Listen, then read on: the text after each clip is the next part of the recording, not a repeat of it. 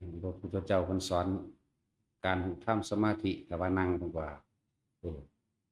ตั้งกายตรงดำรงสติให้มั่นแล้วหูขาเข้าแต่ว่าถ้าวางมือผมก็บ่ได้บอกว่าวางมืออย่างนั้นอย่างนี้ก็บ่ได้บอกนี่ก็ว่าตั้งกายตรงดำรงสติให้มั่นหูขาเข้าหูขาก็บ่ได้บอกว่าสิทับซ้ายหรือทับขวานะบอกแทน5 นาทีนั่งท่านี้อีก5 นาทีนั่งมาท่านี้เข้าใจป่ะล่ะอีก5 นาทีนั่งเอาขาซ้ายขาขวาทับขาซ้ายอีก5 นาทีนั่งท่านี้อีกท่าเก้าอีก5 นาทีนั่งสมาธิเพชรจับสมาธิเพชรอยู่อ่ะมันคือหมกม่วงอยู่หน้าเลยเพชรก็คือหมกม่วงอยู่นะนั่นเบิ่งดึงเวลาจังหันเบิ่งจากเลข 2มาหาเลข 3ตรงเป็น5 นาทีจากเลข 3มาเลข 4ตรงเป็น5 นาทีเดี๋ยวได้บ่เปลี่ยนท่าดูทั้งบ่ง่วงวิธีแก้ง่วงไปเถอะพลิกไปพลิกมาเดี๋ยวมันจับทางจับท่ามันได้จับทางมันได้เห็นไปเห็นมามันเข้าทางมันปุ๊บมันก็บ่ง่วงดอกแต่เขาก็บอกตรงคักแล้วตัวถ้าบ่อยากง่วงนั่นคำว่าสติหรือว่าความนึกระลึกนึกนี่ความรู้สึกอยู่กับลมเข้าลมออกบ่มีง่วงก็แล้วกันอย่าเผลอแต่เผลอแล้วง่วงรวดแล้วนั่นแหละอย่าเผลอระวังลมเข้าลมออกอย่าเผลอแล้วก็ตั้งไม่เผลอแล้วก็ตั้งไม่มันเป็นจังซั่นตีงอกๆแงกๆจังซั่นแหละเพราะซั่นก็ชอบกับแม่นั่นเพิ่นได้เห็นว่าหั่นมื้อนี้ยังโหดเอออย่ายิ้มนะเฮ็ดโหดๆไว้จังซั่นแหละถ้ายิ้มมันบ่ย้านเฮ็ดเพิ่งจังซั่นแหละ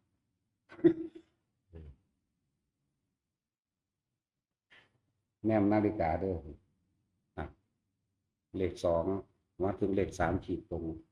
เปลี่ยนทำไมเด้อคือเว้าเรื่องนี้มันเป็นแม่หยังบาด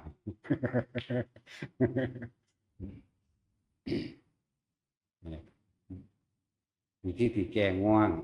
อันนี้บอกวิธีสำหรับเฮาเป็นดอกว่าก็มันก็บ่เหมือนกันแต่ละคนบ่คือกันดอกวิธีแก้ของเฮาเองคือนั่งหน้าผาลงไปนั่งหน้าผาบินลงมาจักหน่อยระวังส่วนตัวคนนี่แหละมาจักหน่อยประมาณช่วงตัวเฮาเองค่อยๆเกาะอันนั้นเกาะนี่เกาะเครือไม้ลงมาพร้อมก็นั่ง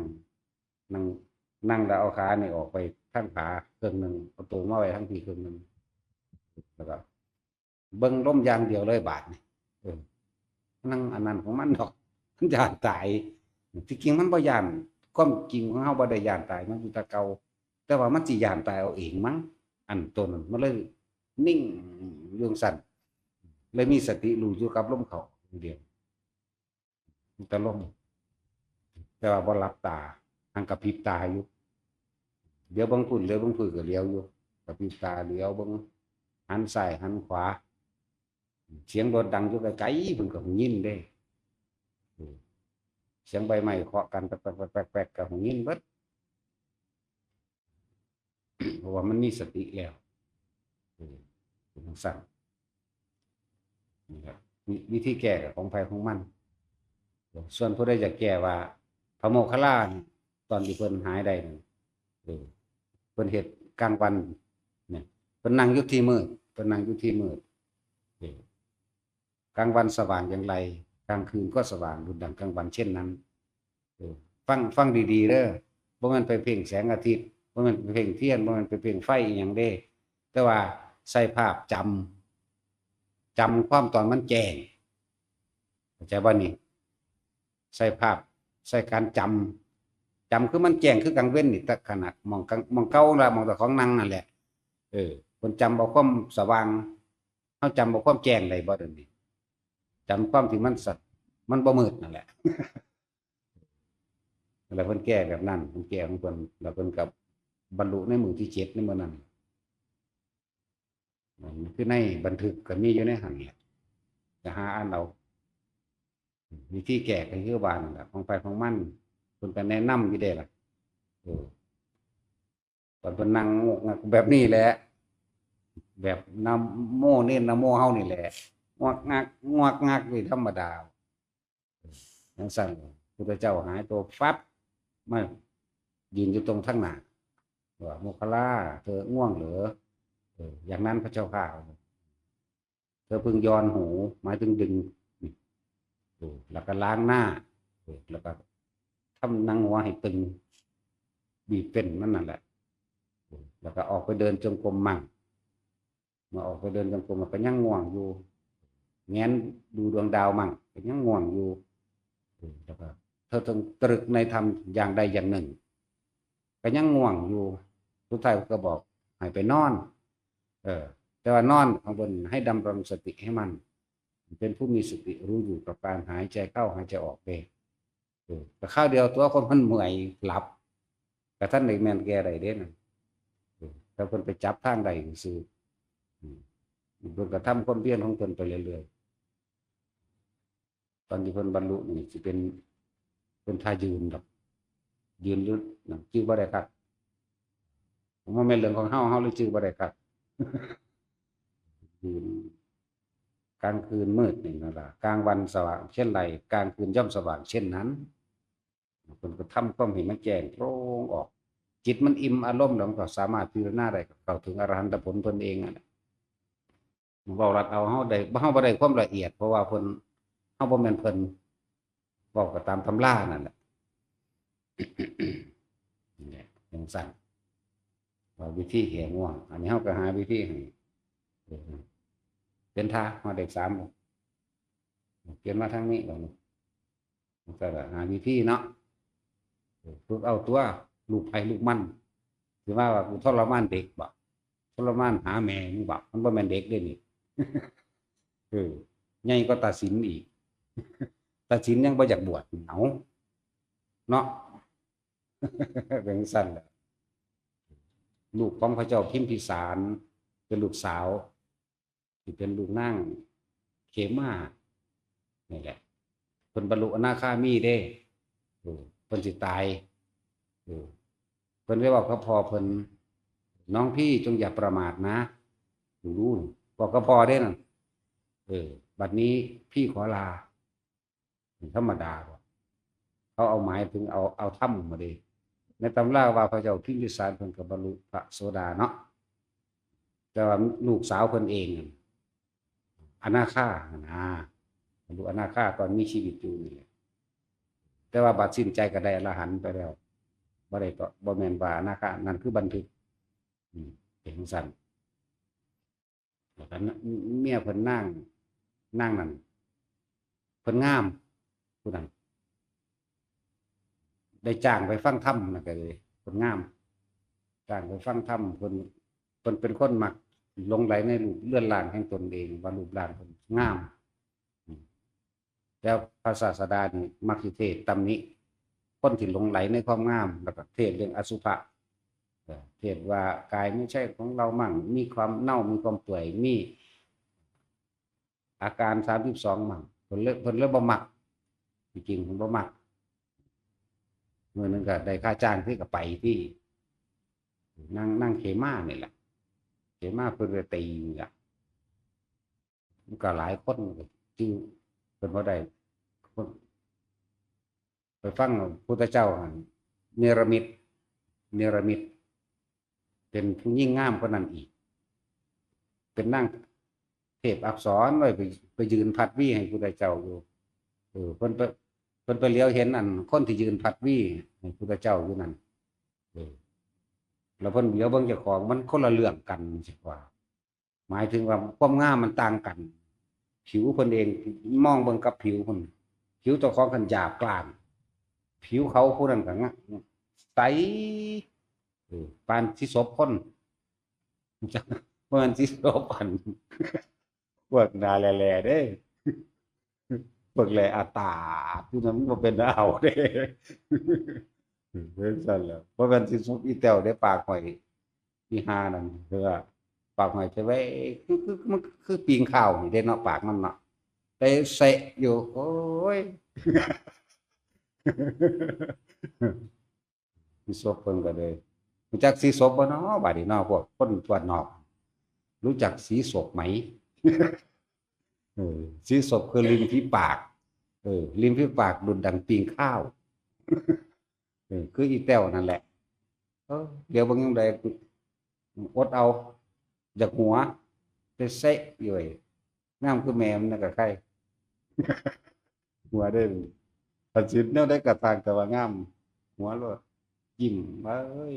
แต่ก็งามอีหลีล่ะแต่มันยิ้มเด้คันบ่ยิ้มเขาก็ต้องแบบว้ากูสิวางได้ดีน้ออยู่หมายถึงนางเขมาเพิ่นเทียบตัวเพิ่นเองกับนางเทพอักษรที่พระพุทธเจ้าเนรมิตขึ้นมาเดี๋ยวเบิ่งผิวพรรณเจ้าของก็ว่าเป็นเลิศในปฐพีแล้วบ่ได้เสียดเสียวของนางเทพอักษรนั่นเลยเพิ่นก็แสดงทำไปแต่เพิ่นบ่ได้ฟังธรรมดอกหูของนางเขมาบ่ได้ฟังธรรมจ้องเบิ่งแต่นางอันนั้นแหละคือมันงามของคนมันมักแบบนั้นอยู่แล้วเบิ่งปากเบิ่งผมเบิ่งหยังงามเออแอลสิบ่22นี่บ่สะโพก35บ่แม่นอันแอลย้ายหยังวะเจ๊เกี่ยวเด้สุดยอดเด้อาจารย์ผู้ขาซั่นแม่งอึดเปิดอึดหือโอ้ยเออแอล40เบิ่งแล้วเบิ่งหน้าไหลอาตาโอ้ยสุดยอดหมดเลยเนาะอือคือเย็นก็นะเย็นก็คืออันข้างคกเป็นโรคเลือดเด้เย็นก็เลยไปคือว่าตัดสินจะว่าจะเบิ่งดีเด้เป็นข้างคกขี้เหือนนี่นะไปใส่อีปานนั้นผัวเพิ่นห่วงว่าซั่นโอ้ยบักแหล่แล้วผัวก็เลยเรียกว่าเมียเพิ่นข้างคกภูเขาธรรมดาว่าเอาข้างคกภูเขาอีกเด้ภูเขาไฟแล้วก็เป็นโรคเลือดพร้อมโอ้ยเปื่อยยางอยู่เทิงคืออีหยังผิวพรรณมันก็กระปุกกระปูดอยู่จังซั่นล่ะแต่เทียบพี่แต้วก็ปากมันคืออันปิ้งข้าวจะเซะอยู่ยามใดก็เลย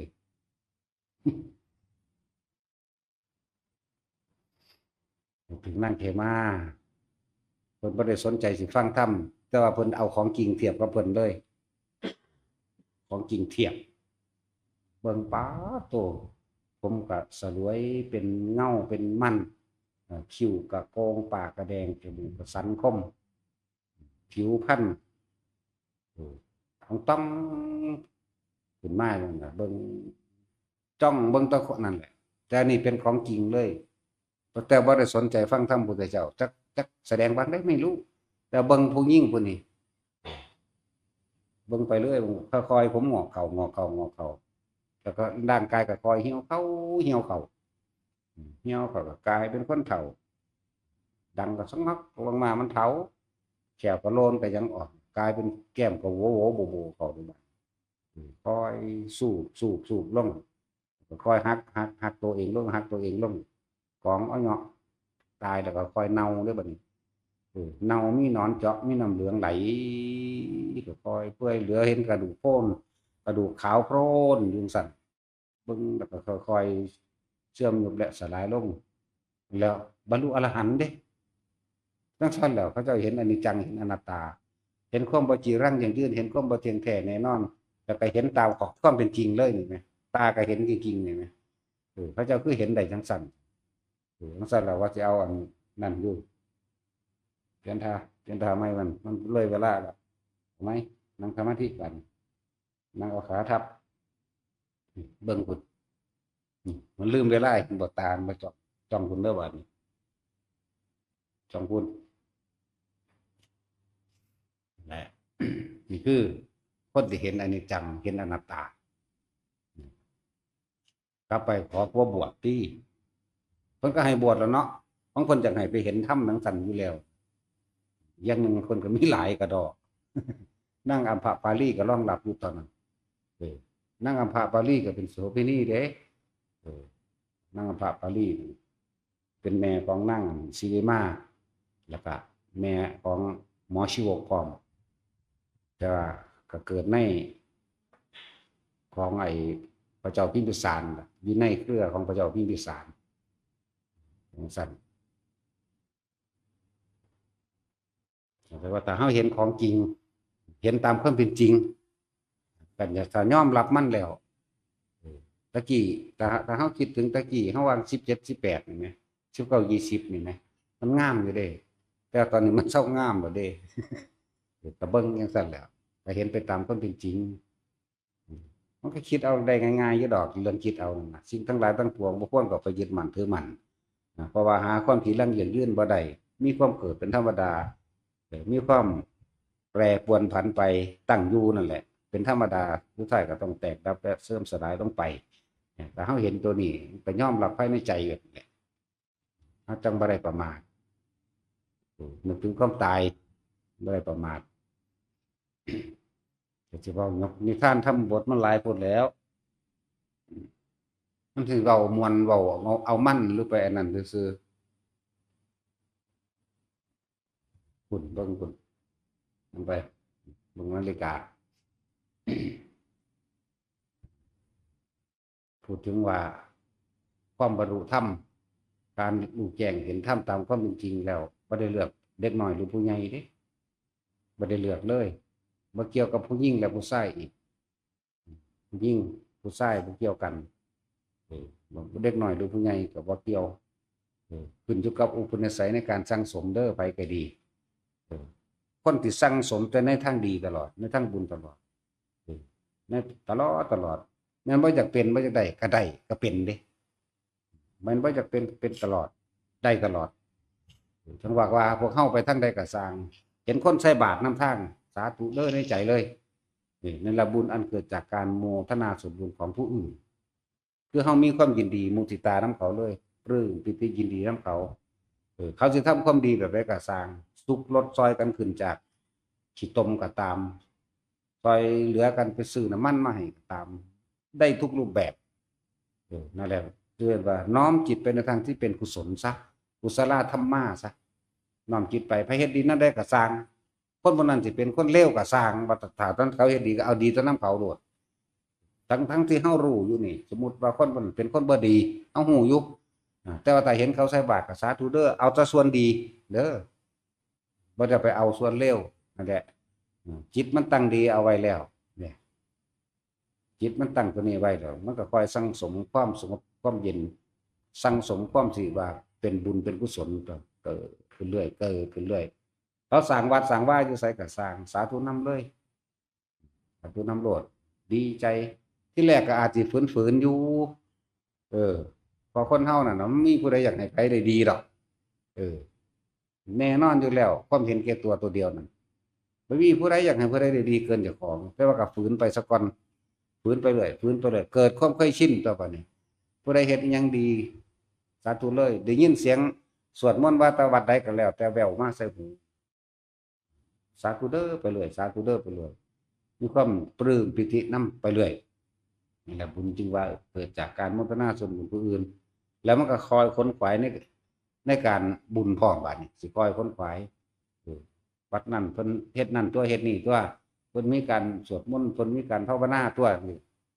บอกทางเขานี่มันสิคอยซึมซาบกันเบิดในบุญกิริยาวัตถุทั้งเบิดเห็นจังซั่นบุญอันเกิดจากความอ่อนน้อมถ่อมตนจังซี่นั่นแหละอย่าแข็งอย่ากระด้างคนเฮามันไหวผู้อื่นบ่ลงเด้แต่เฮาบ่ฝืนเดาซะก่อนฝืนฝึกนั่นแหละมันสิลดมานะทิฏฐิของเจ้าของเองมันไหวบ่ลงอีหลีเด้บ่ธรรมดาเด้ต้องยอมรับนะว่าไหวดูเขามันก็มือใหม่อ่อนใจมันก็คอยอ่อนลงความแข็งกระด้างภายในจิตใจมันก็คอยลบเลื่อนล่างไปคอยล่างไปเรื่อยล่างไปเรื่อยอย่างสั้นแหละว่าบุญอันเกิดจากความอ่อนน้อมถ่อมตนก็เป็นสั้นผมบอกว่าพระเจ้าเฮาเห็นพระผู้ใหญ่พระอคันตุกะมาจังซี่ นั่งตะหมอบโลดพนมมือเว้าน้ำตลอดโลดนี่มันทำลายมานะทิฐิของตัวของเองดอกสงสารอีกอย่างหนึ่งก็คือส่วนเข้าไปขอศึกษากับผู้บาอาจารย์มันเพิ่นที่ว่าได้ก็สร้างเลยอย่าเถียงเด็ดขาดฟังอย่างเดียวแล้วค่อยๆพิจารณาไปที่ภายหลังก็ได้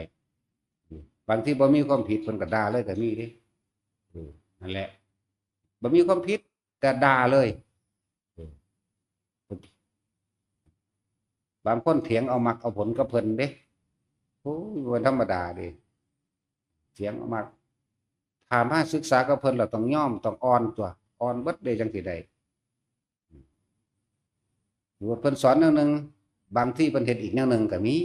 แต่ว่าบ่แม่นเรื่องปกติที่เพิ่นเฮ็ดดอกสังเกตดีๆเพิ่นสอนว่าให้กินข้าวแต่ละค่ำแต่ละค่ำให้ค่อยๆกินพักก็ให้เฮ็ดเป็นม้วนเป็นม้วนเด้ออย่าเฮ็ดใหญ่อุญุอัญญะข้าวโพดก็จะไปแห่นให้แกะใส่มือมะม่วงก็จะไปแห่นแกนแห่นในมันปาดเป็นเสียงออกมาสักก่อนค่อยกินทีละค่ำทีละค่ำจังซี่เนื้อแห้งขาไก่ปิ้งเนื้อก็บ่ให้ไปกัดแล้วฉีกเอาให้ค่อยๆให้ค่อยๆฉีกเอาถ้ามันกินบ่ได้ก็บ่ต้องกินดอกมันบ่ตายดอกมันบ่ได้กินนั่นก็ดีนะ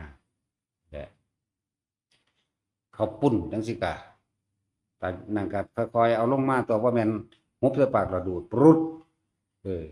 เดี๋ยวน้ำมันจะเข้าตาจักก็ล่ะ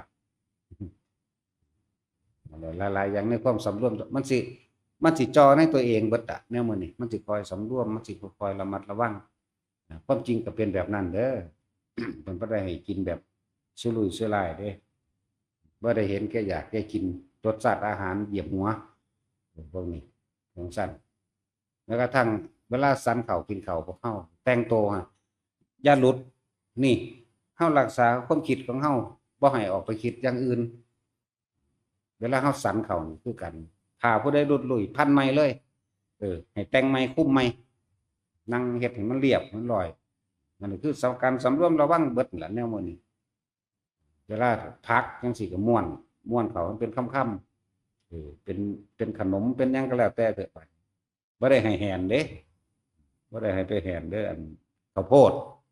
บักม่วงจังซี่กินบ่ได้ก็กินแนวอื่นเอานะจังซั่นแต่พวกเป็นเนื้อปูเนื้อปลาสิเพิ่นให้เฮาสำรวมระวังในตัวเองในการกระทำเฮาเองนั่นเป็นสติปัฏฐานเด้อเด้จักว่ากายเวทนาเราเด้นั่นมันจังไดมันก็อยู่ในกายแล้วนี่อยู่ในการแสดงในการเคลื่อนไหวกายเบิ่งดีๆระวังกลางระวังนี่นั่นเป็นละเอียดละออปานนั้นบ่แม่นว่าให้สวบไปเลยบัดกลางติดคอก็เป็นอีกแบบนึงรสชาติอาหารมันเหยียบหัวดูเด้ปาเพิ่นสิว่ายันแต่บ่ได้สแตกตายก่อนไปหันเด้แต่ว่าบางที่ว่านี่สุว่าเพิ่นว่าสอนบ่ให้แหนข้าวโพดเพิ่นแหนทั้งแต่ก็กินไปจังซี่ก็มีนั่นแหละพวกเฮาสิคิดจังใดแต่ว่าบ่แม่นเรื่องเพิ่นเฮ็ดเป็นปกติเด้เพิ่นว่าบ่ให้กัดมาแตงเฮ็ดเป็นค่ำๆจังซี่เพิ่นกันยำพวดไปเลยก็มีขากตุ้ยก็มีเฮาต้องยอมเบิดทุกอย่างเด้เข้าใจบ่เพิ่นเฮ็ดแนวนั้นเพิ่นบ่ได้ให้เฮาออกจากกายเฮาเด้หลายๆคนมันสิเป็นเด้ซ่อมเพิ่นสอนเขากันแต่ของกันเฮ็ดอีกแบบนึงว่าเนี่ยนั่นแหละต้องทดสอบบ่แม่นเรื่องปกติที่เพิ่นเฮ็ดดอกเพิ่นด่าจังซี่บ่มีเรื่องก็ด่าอยู่ซื่อก็ด่าก็มีเด้นั่นแหละสังเกตคือยอมรับตัวเองถ้าออกไปเถียงปุ๊บมันบ่ปากออกก็สร้างเข้าใจบ่นี่มันบ่ปากออกก็ตามแต่ความรู้สึกที่มันอยากเถียงมันอยากอธิบายมันอยากจักล่ะที่จริงเพิ่นบ่ได้ให้เฮาออกจากกายเนี่ยทุกอย่างมีเบิดเพราะซั่นเพิ่นสิเฮาพิจารณาบิณฑบาตบ่เรื่องกินข้าวก็ดีเรื่องห่มผ้าก็ดีเห็นบ่นั่นแหละ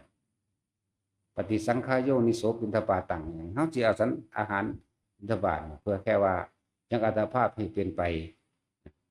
แล้วเพิ่นก็ให้สำรวมระวังในการฉันไปพร้อมเนี่ยมันก็อยู่ในนี่ทั้งเบิด มันก็อยู่ในกายอยู่ในเวทนาอยู่ในจิตเฮาทั้งเบิดเลยกายเวทนาจิตธรรมมันสิอยู่ในนี่เบิดเวลาผ่าตกพันขึ้นมาใหม่เลยมันขึ้นใหม่พอเข้าใจว่าความคิดของเฮามันสิอยู่ในป่าอยู่ในร่างกายอยู่ในกายอยู่ในความรู้สึกของเฮาเองแต่ผ่าตกปุ๊บพันขึ้นมาเนี่ยเฮาก็อยู่ในความรู้สึกของเฮาว่านอกว่าในบัดนี้แต่เฮาไปคิดผู้อื่นความรู้สึกมันอยู่ทางอื่นหมดเด้ไปคิดถึงเรื่องนั้นเรื่องนี้ความรู้สึกผลวิญญาณไปหาเกิดนำผู้อื่นหรอกเข้าใจคำว่าวิญญาณบ่วิญญาณคือความรู้สึกอันความพอใจและบ่พอใจไปหาเกิดนำบุคคลสัตว์สิ่งของที่เฮาไปคิดถึงแล้ววิญญาณทางตาก็คือมันจำรูปวิญญาณทางเสียงคือจำเสียงเรื่องเล่าต่างๆที่คุยกันนั่นแหละวิญญาณหูก็เลยวิญญาณหูวิญญาณจมูกกินนั่นกินนี่นั่นแหละในกินนั่นพอใจและบ่พอใจวิญญาณลิ้นกับจักสิติดใจในรสชาติอาหารว่าพอใจหรือบ่พอใจนั่นแหละมันคำว่าวิญญาณตาวิญญาณหูวิญญาณจมูกวิญญาณลิ้นวิญญาณกายวิญญาณใจคือความรู้สึกนี่สิมันร่วมว่าความรู้สึกให้ความพอใจทางตาทางหูทางจมูกเรียกว่าวิญญาณเด้อบ่แม่นวิญญาณเป็นผียางไปตามที่เฮาเข้าใจในภาษาไทยภาษาหนังเฮาเด้นี่แหละภาษาธรรม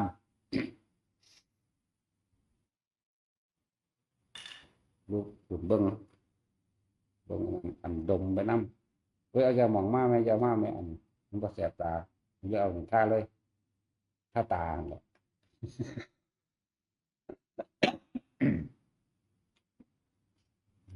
การใส่ผ้าก็บ่แม่นแต่ว่าเฮาสิใส่ผ้า3ผืนเด้มีความระมัดระวังในการใส่ผ้าน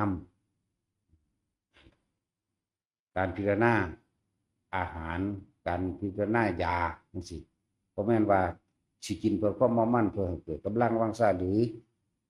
เพื่อให้เป็นเครื่องประดับตกแต่งให้อายุยืนอย่างเด้การ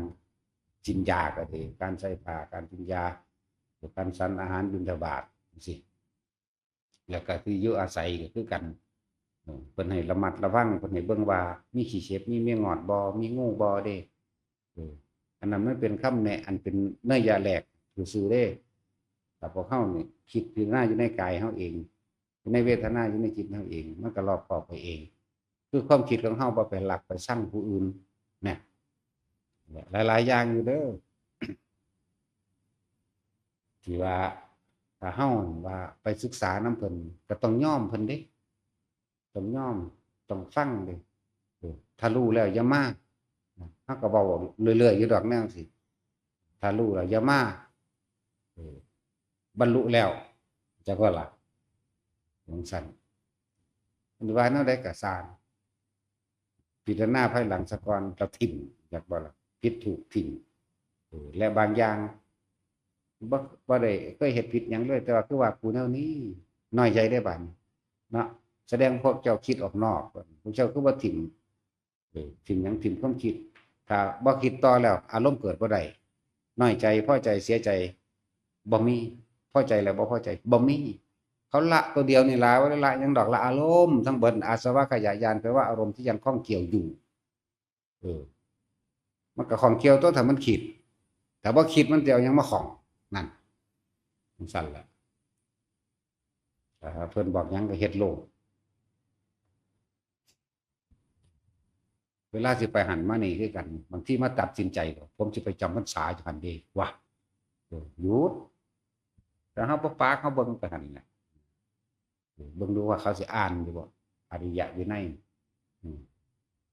ก็เลยว่าให้อยู่ให้มันได้นิสัยให้มันซึมซาบหลายๆอย่างในการกระทำคำพูดนั่นเองเลยนิสัยมันพ้นนิสัยซะก่อนนี่ผู้นี้สามารถที่สิเอาตัวเองรอดได้แล้วไปแต่ว่าจะว่าผมสิไปหันผมสิไปนี่เลยต้องว่าขอคำปรึกษาขอคำแนะนำครูอาจารย์ก็ว่าไป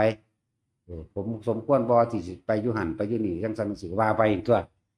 ส่วนมากผมสิไปหันเด้ผมจะไปนี่เด้วันที่เท่านั้นเท่านี้มีผู้มารับแล้วเบิ่งดูมันยังพาไปหูจักบ่กิเลสตัณหาอุปทานได้พาไปคิดใส่ใจเจ้าของคักๆเด้อไผก็ดีสำหรับผู้ว่าไปหันไปนี่นั่นแหละกิเลสตัณหาอุปทานของได้พาไป ความคิดนึกปรุงแต่งได้พาไปความคิดนึกปรุงแต่งในความอยากได้เด็กดีอยากมีอยากเป็นนั่นแหละพาไปตัวนั้นแหละมันเลยตัดสินใจเอาเลยผมจะไปหันหมู่สิมาหับนั่นเพียงสั่นที่เลยบอกของแจ็คครับว่าผลพรรษาหรือว่าได้นิสัยถ้า5 ปีแล้วเพิ่นก็บ่ไปเด้ถ้ามันนั่นบ่เป็นดาวตัวรอดบัดนี้แค่ปี2 ปีเพิ่นก็ให้ไปแต่เพิ่นเบิ่งแล้วว่าเอาตัวรอดได้บ่ไปทำลายพระธรรมบ่ไปทำลายพระวินัยแล้วอะไรจังว่าพวกฟังอยู่ก็คือกันเด้อทางอื่นนั่นน่ะฟังอยู่ก็คือกันเบิ่งให้ถามเจ้าของคักๆผมสิไปหั่นผมสิไปนี่มีหมู่มารับนั่นตัดสินใจเอาล่ะแสดงว่าบ่มีความเคารพในครูบาอาจารย์พร้อมแสดงว่ารู้ว่าเพิ่นแล้วโอ้มันหลายอย่างอยู่ดอกเว้าเรื่องพระเว้าเรื่องบ่ทันได้ว่าพระเว้าเรื่องหมู่ภิกษุสงฆ์ภิกษุสงฆ์ทั้งหลายสิไปหั่นไปนี่บ่แม่นตัดสินใจแล้วจังไปบอกเพิ่นแค่ใดต้องไปปรึกษาก่อนสมควรหรือบ่สมควรเลยจังแม่นเวลาเพิ่นมันหลายอย่างอยู่ดอกเพิ่นทดสอบเพิ่นสอนอย่างหนึ่งเวลาเหี่ยวก็ให้นั่งลงเด้อจังซี่เข้าห้องน้ำบ่แม่นไปยืนเด้สิบอกให้บ่แม่นยืนบ่แม่นนั่งเฉพาะทางนอกเด้ห้องน้ำคือกันอาบน้ำก็ต้องใส่ผ้าอาบจังซี่ล่ะคือกันเด้จังซั่นแหละหลายๆอย่างบัดนี้บ่มีผู้เห็นดอกนะก็เจ้าของได้เห็นอยู่แม่นไผซั่นมันยังมีผู้มาฟ้องเฮาบ่ไปจอบเบิ่งดอกนะตัดสินบ่จอบเบิ่งดอกเบิ่นยังนุ่งผ้าอาบน้ำอยู่บ่น้อหลวงพ่อประสิทธิ์บ่อยู่วัดสระแก้วเออเออนุ่งอยู่บ่ซุมื้อนี้เนาะหรือปลาหำอาบน้ำคือเก่าหั่นบ่หลวงพ่อประสิทธิ์เด้เนาะจังซั่นแล้วหาเฮ็ดนั่นแหละว่าสิไปทางใดมาทางใดปรึกษาเพิ่นตัวบ่แม่นไปตัดสินใจว่าสิไปเด้คนละเรื่องกันเด้เพิ่นเป็นผู้ดูแลอยู่ได้เกิดเรื่องนั้นขึ้นนี่ขึ้นมาเพิ่นก็ไปรับผิดชอบเอาคือเก่านะผมก็เลยว่าให้เฮาอ่อนน้อมถ่อมตนกิเลสตัณหาอุปาทานได้พาไปเด้อเวลาสิไปหันไปนี่จังซั่นจังซี่ละสำหรับหมู่ภิกษุสงฆ์อันนี้สำหรับหมู่ภิกษุสงฆ์มันหลายพระวินัยเฮาก็เลยเอาอริยวินัยนั่นแหละให้อ่านเอาโลดถ้าอ่านแล้วปุ๊บนี่สิเข้าใจบ่เด้อว่าแม่นอยู่บ่ถ้าเพิ่นว่าอย่างนี้บ่ผมนัดหมู่ไว้แล้วนี่ยังบืนอยู่นั่นน่ะบางทีไปแล้วให้ไปเลยเด้เนาะคือผู้ซีนั่นแหละหาแต่เรื่องไปบางเทื่อแล้วไปหาเล่นซื่อๆเล่นแหมถ้าเดี๋ยวปลาแห้งพอเบิดแล้วส่งมาแหน่ไปหาสแต็กยังไปจังซั่นไปเขาก็ไปแบบโสเป็นโสตายไปเลยเขาบ่ได้ไปห่วงหาอาหารเด้น้ำเบิดแล้วต้องน้ำมาแน่อย่าไปจะไปจังซั่นไปหาเล่นซื่อๆอันนั้นเบิดแล้วอันนี้เบิดแล้วนี่เห็นบ่ล่ะเดี๋ยวไปดูหลายมันหนังนี่เด็กผู้มาฟ้องไปเล่นซื่อพ่อภาวนาอีหยังดอกหลายอย่างอยู่ที่หลายๆคนขาดบ่ถึงคิดบ่ถึงอ่ะนะคิดขาดบ่ถึงได้ว่าแต่ของแปลงได้ไปเขาว่าไปทุดงบ่แม่นปรากฏเล่นน้ำรู้สึกก็มีก็คือเล่นน้ำโขงทางอุบลโอ้ปลาเบิดแล้วส่งมาเด้อมาก็ได้ตามความจริงแล้วเพิ่นบ่ให้พกไปอาหารซั่นแหละหลายอย่างอยู่ดอกพูดถึงว่าหมู่ภิกษุสงฆ์เด้ออ่านแล้วก็ให้กระทำตามดอกปีหน้าเอาเนี่ยนี่ก็ดีในปัจเจเวกขณะพิธี4อย่างนี่มีก็ล้วนอยู่ในตัวเองเบิดเด้บ่ได้ให้ออกจากกายเด้เพราะว่าสิบิณฑบาตอาหารบิณฑบาตเพราะว่าสิการสัญญาเพราะว่าสิการใส่ผ้าคล้องผ้า เออนั่นแหละบ่ว่าสิการอยู่ในกุฏิเด้เพิ่นบ่ให้ออกหนีถ้าอยู่ในกุฏิแสดงว่าต้องอยู่ในปัจจุบันนั่นแหละเบิ่งมุมนั้นเบิ่งมุมนี้ความคิดมันมีอยู่ก็เบิ่งอ่ามีขี้เข็บแม่งอดมีงูมีนั่นมีนี่บ่น้อเบิ่งเนี่ยเอิ้นว่าสติรู้อยู่ในปัจจุบันในขณะที่ตัวเองอยู่นั่นแหละบ่แม่นคิดใจลอยไปสั่นผ้าห่มหรือบ่สั่นไม่รู้นอนลงไปเลยแต่ว่าความคิดอยู่นำผู้อื่นบ่แม่นแบบนั้นเด้นั่นแหละ ก็ให้รอบคอบ มันก็หาแนวเฮ็ดแนวอยู่ไปบทสวดบทใดที่ว่าท่านสวดได้ปริบทใดว่าท่านสวดได้จองจำเอาอ่ะจริงๆเอาได้บทนี้แล้วได้บทนั้นแล้วค่อยไปมันเดินจงกรมก็ไม่เป็นว่าเฮาสิเดินประจับร่มอย่างเดียวดอกบางที่เดินท่องปาฏิโมกข์เลยก็ได้เอาหนังสือมาทั้งน่ะย่างไปแต่มันนอนท่องนางท่องมันสินอนจากว่ามันสิหลับสั่นตัวนี่ก็เดินก็เอามาใส่หน้านี่ย่างไปย่างมาท่องไปนำท่องไปนำก็ทีละวรรค2วรรคไปเรื่อย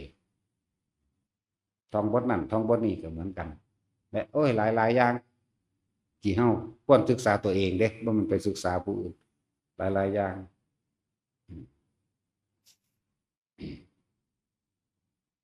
นั่นแหละแต่ว่าอันหมู่ภิกษุสงฆ์เฮาถ้าคิดออกข้างนอกก็เป็นล้นแล้วร้อนรนกังวลก็ไหว้เรื่องนั้นเรื่องนี้สุมเข้ามาโลดมันจะเป็นจังซั่นเด้มันสิดึงไปโลดเด้ถ้าคิดออกนอกนี่ไปโลดมันจะไปเลยไปหาผู้นั้นผู้นี้อย่าไปแก้ไขตัวเองถ้าบางคนมีบาปแนวนี้เด้ผมสิสึกไปสร้างบารมีว่าซั่นเอากูวันสร้างบ่ได้กลัวบวชนี่แล้วมันสูงกว่าอีกเนาะผมเป็นพระโพธิสัตว์ว่าซั่นบ่กูว่าแต่สัตว์สร้างก็สร้างได้หนีว่ามันกว่านั้นอีกจังซั่นล่ะหลายอย่างอยู่ดอกบ่ต้องเป็นหยังดอกเฮ็ดไปธรรมดานี่โลดนั่นแหละกิเลสตัณหาเด้นั่นน่ะมันเป็นผู้พาไปพาว่าเพราะว่ามันส่งความคิดออกนอกมันไปนึกไปปรุงไปแต่งเรื่องนั้นเรื่องนี้นั่นแหละจังว่ากิเลสตัณหาพาไปถ้าไปทั้งนั้นมันไปทันทีเลยพอน้ำมันไหลแห้งเห็นได้กระสังไหลลงทั้งต่ำอยู่แล้วเฮาบ่ทวนเฮาบ่ฝืนต้องทวนกระแสตัวหลายอย่างอยู่หรอกแล้วก็เครื่องทดสอบอีกอันนึงหมู่แต่ละคนนั่นแหละ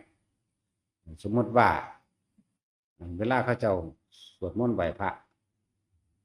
เอาง่ายๆคือเฮาจังหันยามมื้อเช้านี่เนาะเขาเจ้าอรหังสัมมานัมมะตุพุทธนังผู้ใดจักฮู้ว่าเจ้าของนะครับสวดบทอื่นสวนลองเบิ่งเด้อพ่อเข้าใจว่านี่สวดบทอื่นสวนที่แรกก็เอาบทของๆน่ะสก่อนเขาเจ้านัมมะตุพุทธนังนัมมะตุโพธิญาณนะโมตังนะโมจาหรือเฮาสวดนะโมตัสสะภะคะวะโตอะระหะโตสัมมาสัมพุทธัสสะนี่สวนเขาเจ้ารู้จักบ่เบิ่งดูว่าเฮาสินิ่งทนทานแก่สิ่งทดสอบทนทานกับเสียงอันอื่นที่บ่เป็นนั่นรบกวนก็ว่าได้นะสิเป็นเสียงสอดแทรกเข้ามาเบิ่งว่าเฮาสิเป็นเอกคตาจิตอยู่บ่เฮาสิตั้งจิตเป็นหนึ่งที่เพ่งอยู่ในอารมณ์อันเป็นหนึ่งในการงานที่เฮากระทำบ่นะสวดอิติปิโสก็ได้บทสั้นเข้าใจว่าตัดสินจะเข้าใจบ่ยังพวกเจ้าว่านามัตถุพุทธานังนามัตถุโพธิยานี่ผู้ดีมาตั้งไว้แล้วอิติปิโสภะคะวะอรหังสัมมาสัมพุทโธวิชชาจารย์สัพพันโตสุขโตไว้ล่ะผู้ดีตั้งไว้ทั้งนั้นก็ว่าไปถ้าว่าแน่มันก็วิมุตตานังนำเข้าโดนแล้วอีหลีนี่แล้ว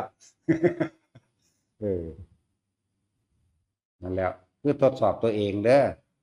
เวลาเขาสวดอันนี้เฮาสวดอันนี้เข้าใจบ่ให้มันสวนกลางกันมันสิตั้งมั่นของไปของมันน่ะนะ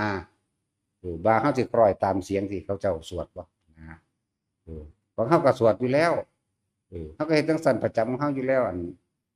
นะโมมีสัมพุทธนังอุปตนังมหิสนังตังกะโรมหาวิโยนี่เฮาก็สวดของเฮาอยู่แล้วพวกนี้ก็นะมัตตุพุทธนังไปมันหลงจักเทื่อเด้ล่ะพวกนี้ท่านจบซ้ำเฮาได้3บท4บทล่ะ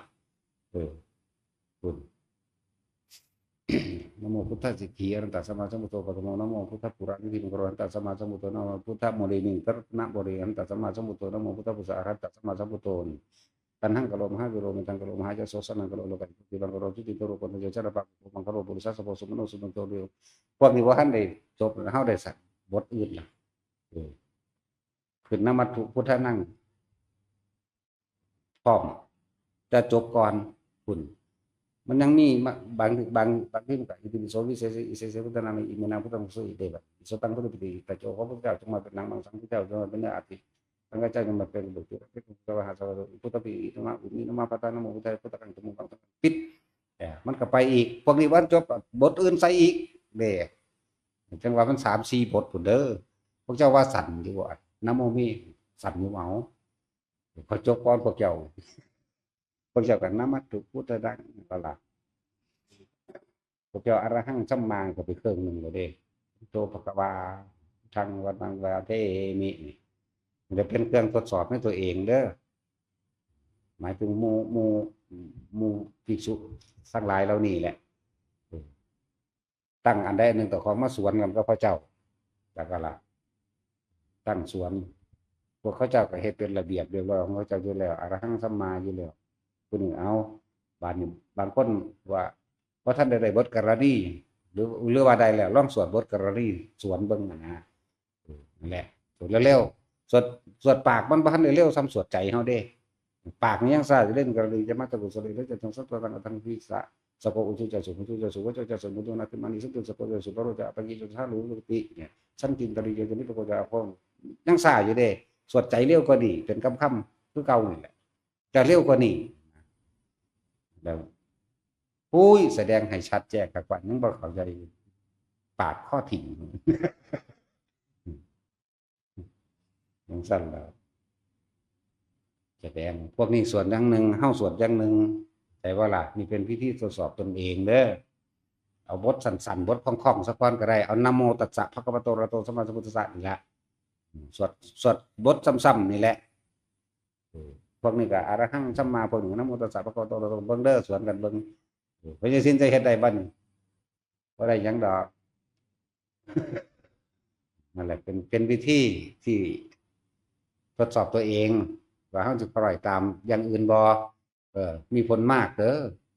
สักแต่ว่าได้ยินแต่เราไม่ได้คิดไปกับเขามันสิมีเป็นวิธีฝึกตนเองนั้นสักแต่ว่าเห็นแต่เราไม่ได้คิดไปกับสิ่งที่เห็นเด้มันสิมาหากันเองดอกแต่ว่าหาวิธีทดสอบเบิ่งให้แต่ละคนหาวิธีเป็นเครื่องอยู่ของตนเองเด้มันบ่แม่นว่าสิอยู่เหมือนกันหมดดอกบ่แม่นว่าสิเหมือนกันหมดแต่ว่าสิ่งที่ขาดบ่ได้คือการทรงฌานเจริญฌานโดยปฐมฌานมั่งทิฏฐิยะมั่งตติยะมั่งแต่มันเข้าอัปปนาได้ก็เอาเฮ็ดไปจริงๆมันแม่นเข้าดอกมันอยู่ของมันเป็นปกติแต่จิตไม่คิดไปนึกกับสิ่งที่ตาเห็นหูได้ยินจมูกได้กลิ่นบ่คิดบ่นึกเลิ่นว่าความสงบอันหาประมาณบ่ได้แล้วเปรียบเทียบไปตามจริงๆมันคำว่าอัปปนานี่ว่าหาประมาณมาได้เด้ว่าจิตตั้งมั่นในความสงบอันหาประมาณมาได้คือมันตั้งมั่นตลอดเป็นสั้นตั้งมั่นอยู่ตลอดเรื่องอัปปนาสมาธิหรืออัปปนาฌานนะจิตตั้งมั่นหาประมาณบ่ได้มันจะต้องว่าหาแนวมาทดสอบทดลองตัวเองอย่างเช่นที่อธิบายไปเมื่อกี้พระเจ้าสวดอรหังสัมมาหัดเฮาสักบทกรณีกันเลยสินะบางทีก็หามาทดลองตัวเองเด้อไปก็ดีหามาทดลองตัวเองนั่นแหละตรวจสอบว่าเฮาสิค่อยไปตามพระเจ้าบ่เพิ่นยั่วยวนบ่นะอย่างสั้นนี่ก็อีกแบบหนึ่งเด้อทุกคนคำว่ากุศลธรรมานี่น้อมจิตไปในทางกุศลมีกุศลกรรมบทสิเป็นต้นเห็นคนให้ทานทั้งใดก็สร้างบ่แม่นดาท่านถ้าพาขององค์เจ้าเห็นเขาช่วยเหลือกันก็เป็นท่านคือกันเอาเขาให้หมูหมาหรือว่าเขาให้อาหารสัตว์อาหารนกอาหารปลาจังซี่โมทนาเลยเป็นการฝึกตัวเองเพื่อไม่ให้เกิดความอิจฉาริษยาผู้อื่นเวลาผู้อื่นได้ดีจักว่าล่ะเป็นการฝึกตนเองเห็นเขาไปสวดมนต์ไปทำวัดหรือไปทำบุญได้กระสร้างตั้งจิตอนุโมทนาเลยสาธุน้ำเขาโลด ตอนแรกมันอาจสิบ่ยอมรับเห็นไปเห็นมาเดี๋ยวมันยอมรับเองพอเขาสิอยู่สบายเองแบบเลื่อนว่าบุญอันเกิดจากการให้ทานมั่งบุญอันเกิดจากการอนุโมทนาทานของผู้อื่นมั่งบุญอันเกิดจากการค้นขวายในทางบุญแก่ผู้อื่นมั่งนั่นแหละหลายคนดอกชื่อว่าไรมัน10 อย่างคนละบุญอันเกิดจากการฟังธรรมเมื่อนั้นแหละบุญอันเกิดจากโอ้หลายคนมันสั่งคือน้อมจิตไปเป็นทำจนเคยชินไปเลยเขาจะว่าอิจฉาริษยาไปแต่เขาก็ยังเห็นวัดซื่อๆก็ยังขอโมทนาสาธุกับบุคคลทั้งหลายที่ได้สร้างถามว่าเราวัตถุประดับไว้ในพุทธศาสนาเขาก็ยังคิดนึกไปยังสี่นั่นแหละยังสั่งฟังเทศผู้ใดเทศก็สร้างสาธุเบิดเลื่อนไปนี่คือจะเขาเบิ่งฟังเทศเขาเลื่อนสาธุก่อนหลักเพราะท่านรู้เรื่องอยู่โมทนาก่อนกันนับเดี๋ยวให้เห็นดูพระสงฆ์องค์เจ้าสาธุเบิดเน้นกับสาธุเด้บ่ได้เกี่ยวกันเด้อจังซั่นเห็นเน้นทองปาติโมกข์เนาะเน้นเป็นทองปาติโมกข์ฟังจนจบพุ่นเด้ฟังแล้วก็มันเกิดความปลื้มมันสาธุเอาเองเด่นที่จริงเขาบ่ได้ว่าสาธุกับไผแล้วแหละแต่ว่ามันปลื้มขึ้นมาเอาเองเลยมันชินแล้วบ่ได้เอาว่าปากก็บ่ว่าใจก็บ่ว่าแต่ว่าเป็นขึ้นมาเลยบางทีก็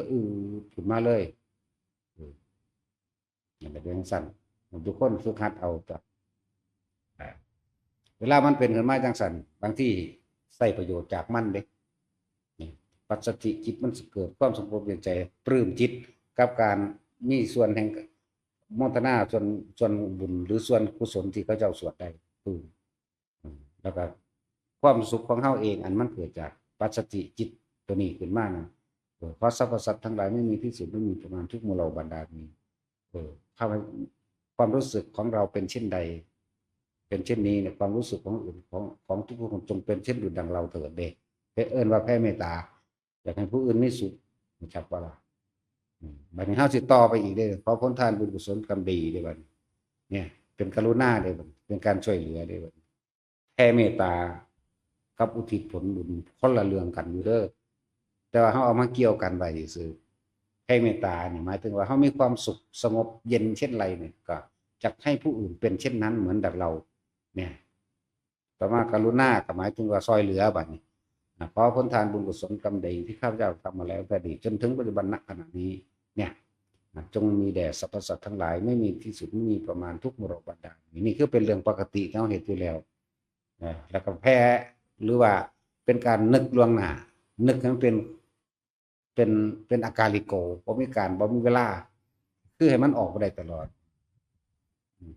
บุญกุศลกรรมดีอันเกิดจากกายวาจาจิตของข้าพเจ้ามันเกิดขึ้นเมื่อไหร่ขอสรรพสัตว์ทั้งหลายจงอนุโมทนาได้เมื่อนั้นตลอดการทุกเมื่อนี่มันจะไปจังสี่มันเป็นของมันปกติอยู่แล้วไปเห็นเขาอยู่รถซอยกันนักก็ดีใจได้ขอพ้นแห่งความสุขปลื้มจิตอันนี้จงมีแด่สรรพสัตว์ทั้งหลายไม่มีที่สุดไม่มีประมาณแนวนี้มันก็เป็นเห็นมันว่าเอาเองสำเร็จนั่นแหละจังว่าทุกคนฝึกให้มันชินฝึกไปเถอะเดี๋ยวเป็นเองจิตเป็นเอง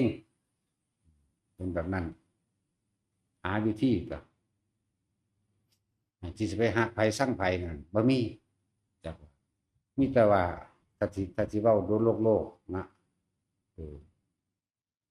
สิไปสร้างผู้ใดเลยบ่มีดอกมีแต่เหลือโตนแล้วมีแต่อยากให้คนถึงนิพพานเบิดเนี่ยบ่ว่าแต่คนเด้อหมาพร้อมหมูหมากะไก่เฮ็ดจังได๋น้อสู้สิได้ขึ้นทั้งเบิดนี่มันเป็นของมันไปจังซั่นเอาเองนี่แหละว่าฝึกหัดตัวเองที่อิจฉาริษยาคนมันบ่มีจังซั่นระวังหมู่ภิกษุสงฆ์ก็คือกันหาเคยอยู่มันเป็นเด้อแต่ละมื้อให้เข้าใจคำว่าแผ่เมตตาจิตเป็นสุขของตัวเองเป็นมีความสุขมีความปลื้มจิตมีปิติเช่นใดนี่ขอความสุขของข้าพเจ้านั้นจงมีแด่สรรพสัตว์ทั้งหลายไม่มีที่สุดไม่มีทุกประมาณทุกหมู่เหล่าบรรดามีแล้วก็ต่อเลยไปขอผลทานบุญกุศลกรรมดีที่ข้าพเจ้ากระทำมาทั้งหมดนี้ตั้งแต่อดีตจนถึงปัจจุบันณขณะนี้จงมีแด่สรรพสัตว์ทั้งหลายไม่มีที่สุดไม่มีประมาณทุกหมู่เหล่าบรรดามีเนี่ยบานิมุทิตาหมายถึงความยินดีท่านทั้งหลายเราใด ไม่ว่ามนุษย์สัตว์เทวดาทั้งหลายที่กระทำความดีอันใดไว้ข้าพเจ้าขออนุโมทนาในคุณงามความดีของท่านทั้งหลายเหล่านั้นนั่นวันนี้มันไหลเข้าสู่อุเบกขาเองดอกพวกนี้สิส่งฌานดีๆจิตเข้าถึงฌานสี่แต่ว่าเป็นอัปปนาฌานเลยตรงนี้ว่างจิตเป็นอุเบกขาได้ทั้งที่ตาใสๆคุยกับพจน์นี่เข้าใจว่าล่ะพวกนี้สิเรียกว่าบ่แม่นเข่าแต่ว่าส่งพวกเขานี่พวกเขาที่มันตัดความรู้สึกทั้งร่างกายออกเบิดแล้วตัดความรับรู้ทั้งหูตาจมูกลิ้นกายออกเบิดแล้วแต่ว่ามีสติรู้อยู่ในความว่างอันหาประมาณบ่ได้ว่างหาประมาณบ่ได้นี่คือเอิ้นว่าเขาบาดนี้พวกส่งเดมันบ่แม่นเขาจักว่า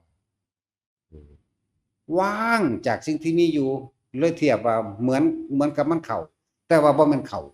พอมีสติรู้ดีกับเบิดทุกคนทุกอย่างอยู่นี่นะในปัจจุบันนี่นะนั่นแหละหรือว่าทรงฌานอัปปนาฌานก็ว่าอุเบกขาฌานก็ว่าแล้วแต่ภาษาซื่อมันอันนั้นแต่ว่าเฮาอธิบายนี่มันก็ชัดเจนปานนั้นแล้วล่ะนะยังว่าแต่คนบ่เป็นเฮ็ดจังได๋ก็คิดหาอยู่หั่นคิดหาคำตอบแล้วก็คิดหาเหตุผลนะแต่คนเป็นแล้วบ่มีการแย้งเด้อัปปนาฌานหรืออุเบกขาฌานทรงอุเบกขายุงสั่นนั่นแหละฟังไว้ดีๆได้เวลาแม่นเฮาสิไปอยู่ผู้เดียวเฮาก็ฝึกหัดตนเองก็คำว่าแผ่เมตตาวันนี้พวกเฮาเฮ็ดบ่ทันได้เข้าใจมากก็ทรงฌานแรกรู้ลมหายใจเข้าออกมีอาการปิติเกิดขึ้นนึกเลยบัดนี้นึกเลยตอนนี้เฮามีความสงบสุขเช่นใดนี่ก็ขอให้สรรพสัตว์ทั้งหลายไม่มีที่สุดไม่มีก่อนทุกบริบทจงมีความสงบสุขเย็นใจเช่นนั้นดังข้าพเจ้าขอผลทานบุญกุศลกรรมดีที่เจ้าทำมาแล้วตั้งแต่อดีตจนถึงปัจจุบันณขณะนี้จงมีแด่สรรพสัตว์ทั้งหลายไม่มีที่สุดไม่มีประมาณทุกบริบทใดมีปาริโมทิตาวันนี้ท่านทั้งหลายเราใดกระทำบุญกุศลความดีท่านทั้งหลายเราใดนี่ท่านทั้งหลายเราใดที่ทำบุญงานบุญกุศลความดีข้าพเจ้าขอมีส่วนอนุโมทนาในบุญกุศลความดีของท่านทั้งหลายเหล่านั้นด้วยสาธุแล้วก็ทรงอุเบกขามันไหลเข้าสู่คำว่าอุเบกขาเองนี่ในระดับหนึ่งไหลเข้าสู่เอง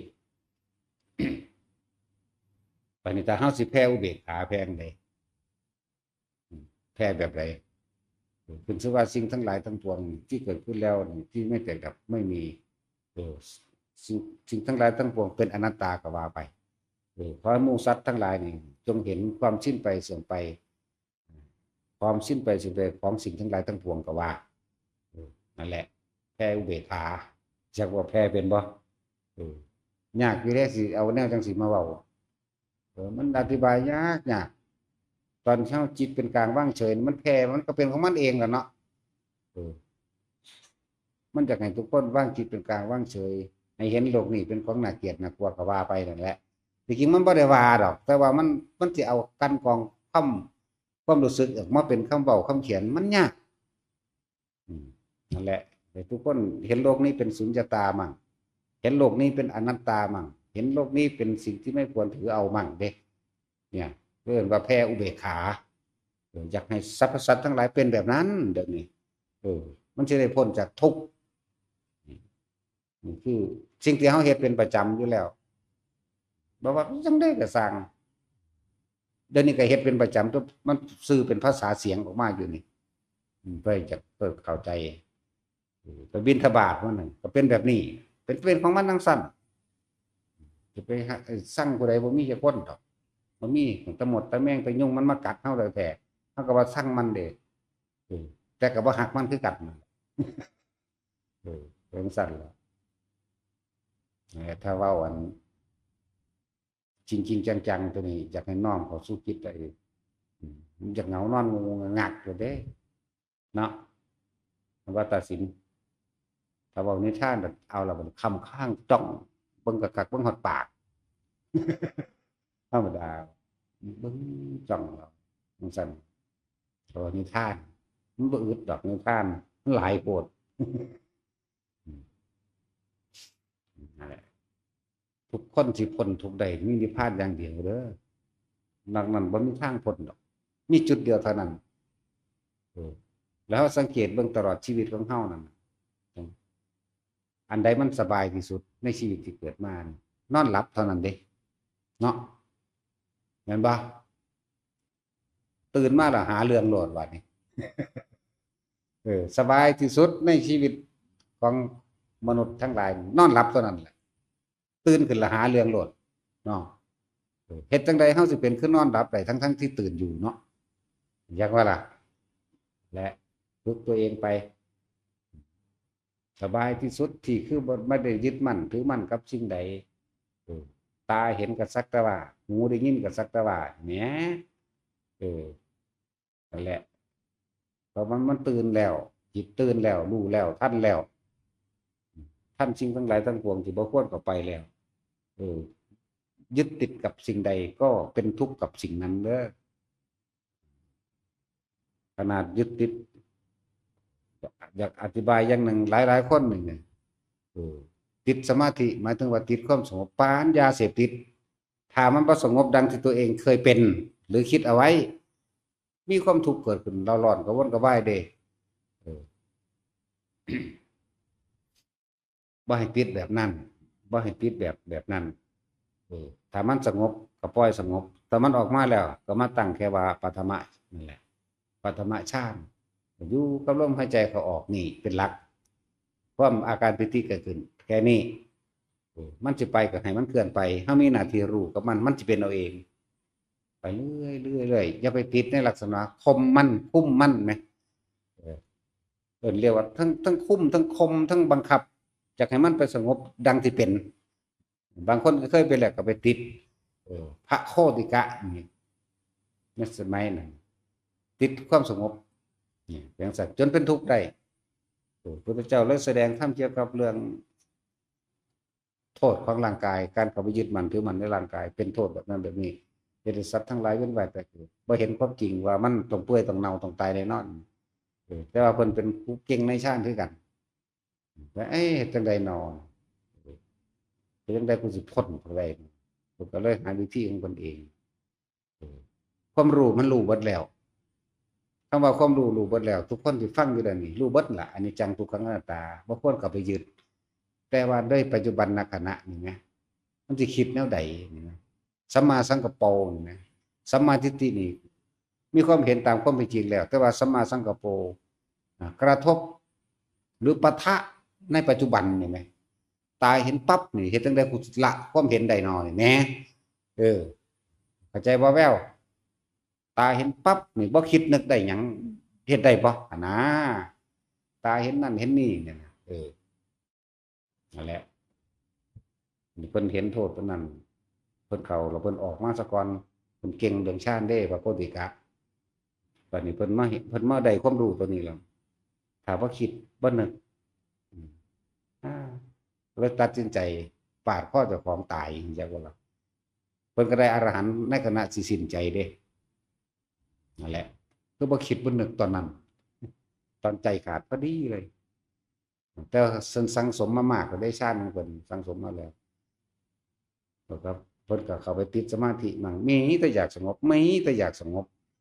บัดนี้มาฟังธรรมว่าบ่ควรอยู่มั่นถือมั่นเฮ็ดจังได๋เนาะถ้ากูยังคิดอยู่นี่กูติดแต่สงบกูก็ยังบ่พ้นหนึ่งมันออกจากความสงบมาแล้วเหมือนคนตื่นจากการนอนหลับนั่นแหละออกมาแล้วก็หาเรื่องโลดเนาะคิดถึงคนนั้นคนนี้โลดก็เลยกูสิบ่จับเอาเนี่ยเฝ้าเข้าลมหายใจนั่นแหละพอดีกับใจขาดเพื่อกับบรรลุอรหันต์พระโคติกะอันนั้นพระพุทธเจ้าก็เดินทางมาเยี่ยมถามอานนท์ศิวลีมาบ่มาพระเจ้าค่ะไปทางหน้าพูดอยู่ทางหน้าไปเขาจะได้อาหารจากศิวลีนะไปสั่นละในระยะ16 กิโลนี่โหลดหมู่บ้านตั้งน้ำตั้งในไว้ตา16 กิโลอีก16 กิโลอีกเดินทาง60 โยชน์สั่น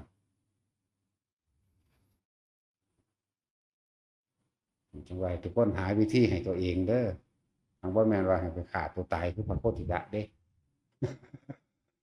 บ่ได้แปลว่าจังซั่นเด้อหาเครื่องอยู่ให้มันเข้มแข็งซะก่อนไม่ถ้ามันสิได้อรหันต์ฆ่าแม่งโลดนะถ้ามันสิได้จักว่าล่ะเออ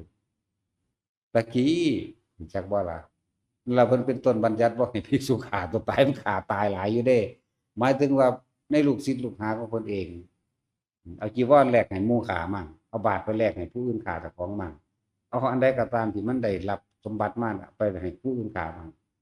ในบันทึกตำราว่าฆ่าหลายเติบอยู่เด้500พุ่นเด้ที่จริงบ่ถึงดอกนะคือโจรนั่นแหละ30คนก็ว่าโจร5002คนก็ว่าโจร500คือความเร็วมันหลายเหลือเกินว่า500โจร500บ่ได้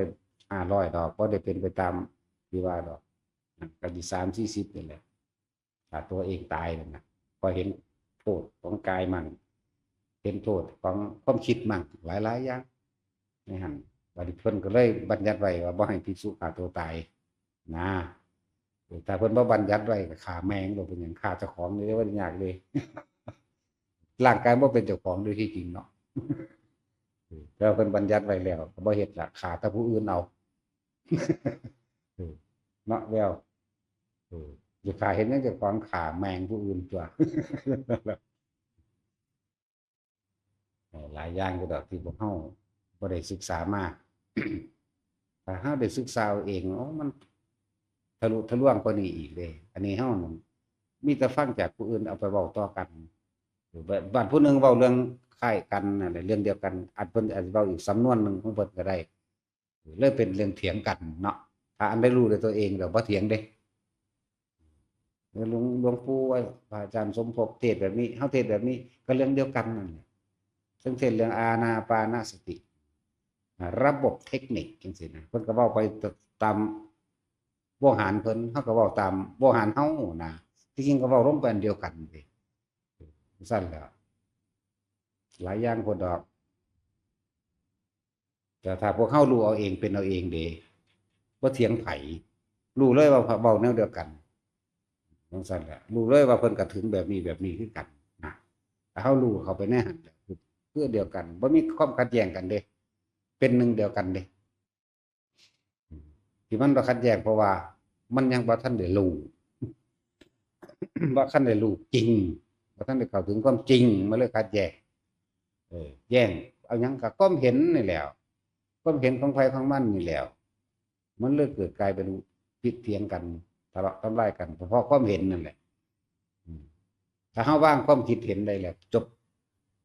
วิธีว่างกันล่มพึกโอ้ล่ะบ่ว่าเป็นเอาใหม่วิธีอื่นๆเฮาก็สอนได้เบิดทุกวิธีพุทธานุสติธัมมานุสติสังฆานุสติเทวตานุสติ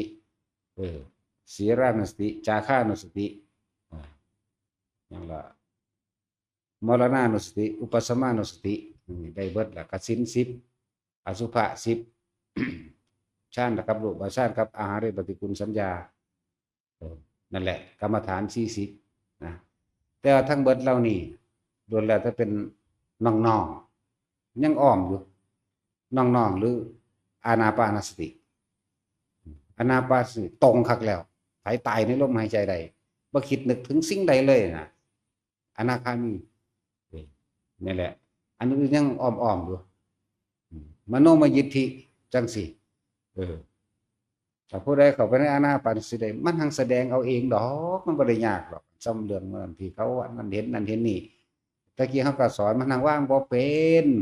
เอาไปมาเลยเป็นอย่างอื่นไปเลยนะอย่างอื่นไปล่ะพูดไปตามหากันไปอันนั้นอันนี้กันอยู่หลายอย่างก็ดอกแต่ส่วนมากอยากหลงไปทั้งว่าแต่ของเก่งแต่ของดีได้ระวังตัวไว้พวกนั้นเด้อมันติดเด้อถ้าฮู้แต่เห็นแล้วก็สักแต่ว่าเอาแล้วถ้านำมาเว้านี่คือนำมาอุปโลกเพื่อที่จะแก้ไขในความหลงในความติดแก้ไขทำให้บุคคลผู้ใดผู้หนึ่งหายสงสัยหรือตัวเองหายสงสัยซื่อๆเด้บ่ได้เอาไปทำนายทายทักไปเด้ส่วนมากจากหมอดูรอดถ้าผู้ใดเห็นแนวนั้นได้ในจักหน่อยโอ้ยโลกกิยายชาติมันก็เห็นได้ ซ้ำมื้อนั้นเออนะเดี๋ยวจังว่าพากันหลงไหลกันมากมันบ่ผิดดอกแต่เฮาน้อมนึกไปในทางที่เอามาเตือนตัวเองสมมุติว่าไปเห็นนรกนี่โอ้ยเกิดความหวาดหวั่นคันคามกูจะบ่เฮ็ดอีกกูจะบ่เฮ็ดอีกเออเห็นสวรรค์ก็น้อมเข้าไปแต่ว่าสวรรค์ก็บ่เที่ยงยังสิ้นอายุไขตายเหมือนกันเนี่ยก็เห็นไปจังซี่ลักษณะนั้นน้อมเข้ามาเฮ็ดจังใดมันสิถึงที่สุดได้น้อเอาตัวแหละตะกี้เขาก็สอนแบบเต็มกำลังสั่นงักเขาโลดแล้วเขาก็ว่าความนั้นความนี้ว่าเขาผีทรงเจ้าผีพ่อผีแม่มึงนั่นแหละเพราะว่าส่วนที่มันอยู่ในหัวใจของเจ้าของเองมันออกมาว่าให้ผู้อื่นบ่ล่ะนั่นแหละเฮาก็มีหลายอาจารย์เนาะแต่อาจารย์องค์แรกคือหลวงปู่จรัญอันยืนหนอนั่นแหละทั้งเฮ็ดนำทั้งศูนย์ใส่เพิ่นหังบ่มีใจว่าสิไปทำลายเด้มันนั่งศูนย์มันเฝ้าไปเล่นโมโหคือหยังนี่บัดนี้ออกจากเพิ่นแล้วว่าบัดนี้ไปนั่งสมาธิอยู่หันอยู่นี่หรือใส่ท่าทางใดก็แล้วแต่โอ้ยบ่ซ้ำหลวงปู่จรัญสอนกูเลยเด้เลยเกิดกลายเป็นความสบายขึ้นมาในตัวเองจังซั่นแล้วนั่นคุณของพ่อแม่ครูอาจารย์จังซั่นแล้วก็ยังกำพระคือหลวงปู่ดูจังซี่ก็กำเช็คพระคือหลวงปู่โตมันก็เฮ็ดมาเบิดน่ะแล้วต่อมาก็จังไปมโนมยิทธิหลวงปู่ฤาษีก่อนแหละศึกษาแล้วใจมันก็ดูไปมันรีบพิเดชทางอ่านอันหลวงพ่อตุดงค์เบ้าอีหยังมันกูต้องไปจนไปพุ่นล่ะแต่ว่าเฮามาเบิ่งโดยแวดล้อมโดยสิ่งแวดล้อมหรือหลายๆคนที่คุยกัน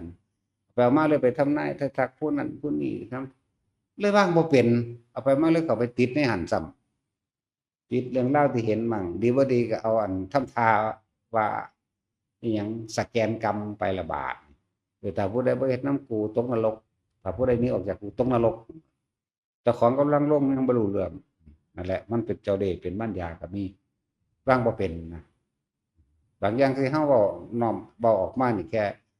อุปโลกขึ้นมาเพื่อให้คลายความสงสัยหรือยกเป็นคติตัวอย่างซื่อๆเด้ซั่นแหละว่าเฮ็ดไปเบิดนี่แล้วก็ยังมาได้แบบหลวงปู่เสงปุตโสเขาสวนกวางทางบ่ทันเพิ่นดอกเพิ่นบัดไปเรียนอันนำหลวงปู่หลวงปู่พุทธปาสารวัตรพุ่นพระพุทโธทีปังกะโลโลกะทีปังอากาสะกะสินังวิโสทยิที่จริงเขาตองได้แต่ได้ในหนังสือแล้วก็ดูเพิ่นว่าซ้ำให้น้อมจิตไปเพื่อที่จะไปเห็นแน่ว่าจังนึงคันว่าเป็นการแสดงของจิตของเฮาเองไม่ใช่ของจริงแน่จักเจียนอะไรกันแน่นะหลายอย่างคือมันยังถิ่มความคิดบ่ได้เด้มันยังวิจัยวิจารณ์วิตกเรื่องนั้นเรื่องนี้เป็นแบบนั้นแบบนี้อยู่เด้มันรู้สึกว่าเฮาบ่มีปัญญาพอในทางนั้นละบ่เป็นละบ่เป็นเห็นก็เข้าใจว่าจริงโลดนะบางคนมาว่าเห็นจริงแต่เรื่องไม่จริงนั่นก็ไปหันอีกละบาทโอ้ยบ่ต้องคิดหยังดอกลมหายใจโลดแล้วก็อ้าวดีอาจสิเป็นสิ่งที่เฮาหมายถึงมันอาจจะถึงนิสัยนี้มั้งมันก็เลยอยู่กับลมโดยบ่ต้องคิดอ้าวถ้าว่าคิดก็สบายทั้งตัวเอาแม่คิดฮอดบ้านเด้อไผก็ดีมันนั่งมีโลดล่ะถ้าปรุงแต่งต่อเด้มีแนวห่วงโลดล่ะคิดฮอดลูกแม่คิดฮอดหลานแม่คิดฮอดผัวแม่คิดฮอดเมียแม่มันเป็นโลดแล้วนั่นแล้วก็เลยเอ้ยวิธีหยุดคิดที่ง่ายที่สุดก็ลมหายใจนี่แหละตัวแล้วว่าฝึกตัวนี้ของเฮาฝึกมาหลายอันหลายอย่างก็ดอเนาะเฮ็ดเป็นเบิดนั่นแหละในสุดท้ายก็ต้องทิ่มทั้งเบิดคือกันนั่นว่าสิเว้าก็เว้าแค่ว่ามาอุปมาโอไม้หรืออุปโลกขึ้นมาให้เกิดความคลายหายสงสัยของบางคนของบางอย่างซื่อซั่นแล้ว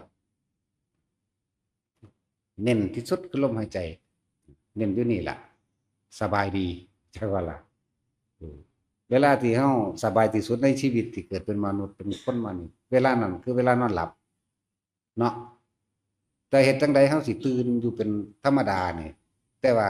เข้าสู่ความนอนหลับได้หรือผู้เข้าไปอยู่ในฌานสี่เข้าฌานสี่เออบัดนี้ก็ทรงฌานสี่ได้บ่นี่แหมนี่แหมหม้องมันสบายอันหนึงนะทรงเลยมันเข้าอัปปนาฌานหรืออัปปนาสมาธินี่แหละเออตัวเข้าว่างเฉยๆว่างมีสติรู้อยู่ว่าว่างอย่างเดียวเท่านั้น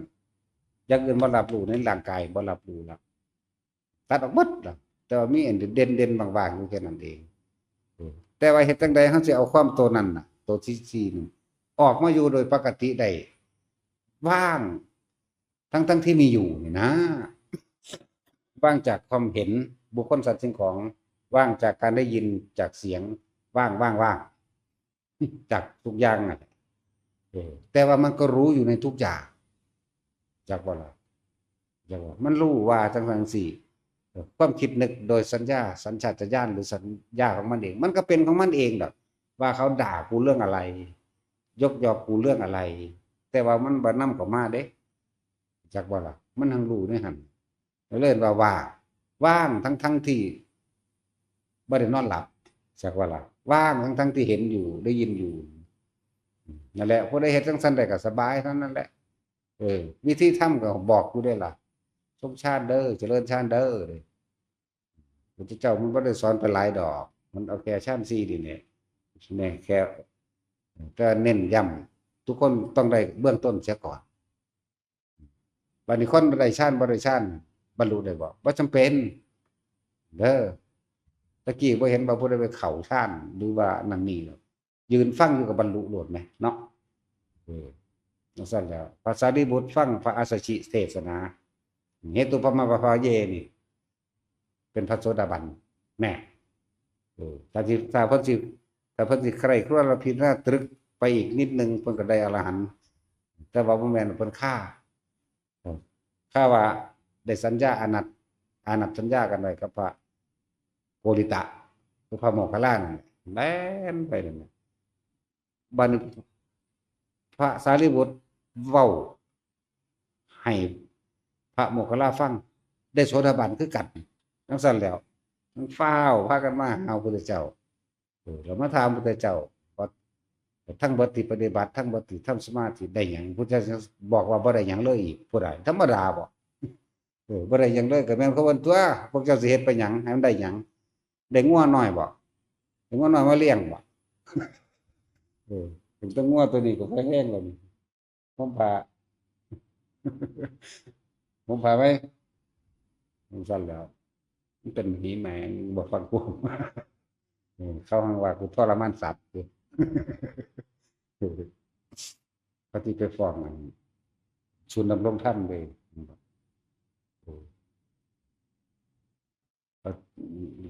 เอาใส่กรงเขาไปเลี้ยงเด้เพราะสั่นก็ออมใส่ผักอื่นนี่ถ้าชิ้นเหยียบหมามาไว้ตัวหนึ่งก็แต่ออมใส่กันอ้อมใส่กันกับเมนมันจังสิพ่อกันกินเอาสมาทาน